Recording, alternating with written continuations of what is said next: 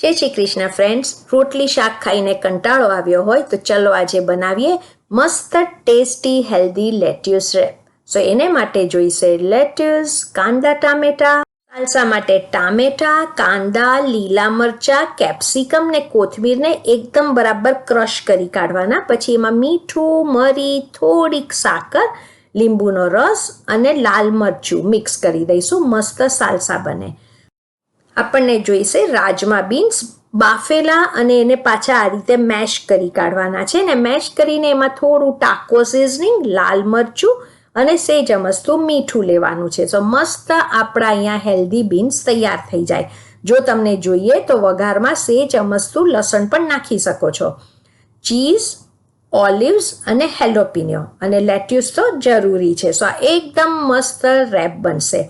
આપણે એસેમ્બલ કરીએ. સો લેટ્યુસ લીવ્સ પર લઈએ છીએ બોઇલ્ડ અને મેશ્ડ રાજમા, એના ઉપર પછી કાંદા ટામેટા.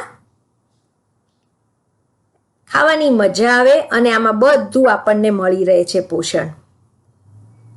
હવે લઈશું ઉપર ઓલિવ્સ અને હેલોપિનો. ફ્રેન્ડ્સ, મારી પાસે હેલોપિનો નહોતા તો મેં નથી નાખ્યા, પણ જરૂર નાખજો, મજા આવે છે.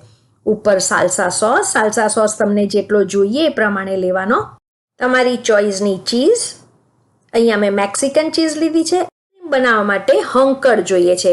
પોટલીમાં સેજ દહીં બાંધી રાખવાનું 3-4 કલાક અને પછી એમાં થોડો લીંબુનો રસ, મરીને મીઠું નાખીને મિક્સ કરવાનું. સો સાર ક્રીમ અને ઉપર સાલસા.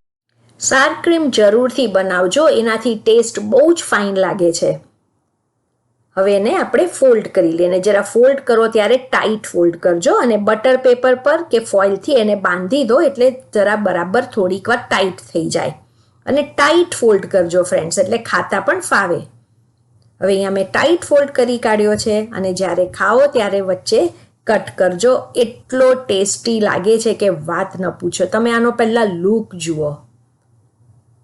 આ મસ્ટ ટ્રાય રેસીપી છે અને હેલ્ધી છે ને ટેસ્ટી પણ છે. હવે મારાથી તો રહેવાતું નથી ફ્રેન્ડ્સ, હું ખાઈશ. Super tasty must try recipe. તમે પણ બનાવો. Thank you for watching.